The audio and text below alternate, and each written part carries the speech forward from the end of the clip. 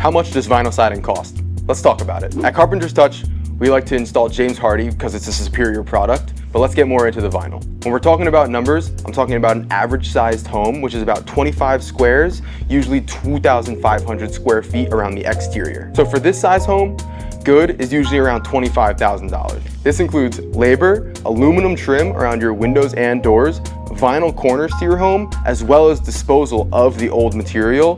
This is only offered in a limited amount of colors though. And this siding tends to be a little bit thinner. That means what you see, the lap on your side, will be from here to here.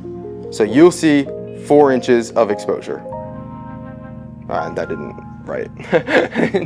Now let's talk better. It offers the exact same thing that the first one offers, as including labor, trim, and all things like that, but this siding is a little bit more thick and it offers more colors. Usually the thicker siding offers a more durable siding. Now let's talk about best. That includes all of the same things that the first two offer, including labor, aluminum trim, material, as well as disposal, but our best vinyl siding, being that it's a little bit thicker, it does offer more durability, and because it has that insulated backing, it can help you save some energy efficiency in your home, being a lower power bill or electricity bill, and in some cases, even a tax credit.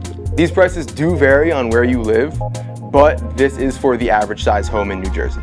If you had any comments, questions, or concerns, leave them down in the comments and we'll be able to respond. And oh, last thing, completely forgot to mention, all of our work is completely covered with all of the manufacturer's warranties.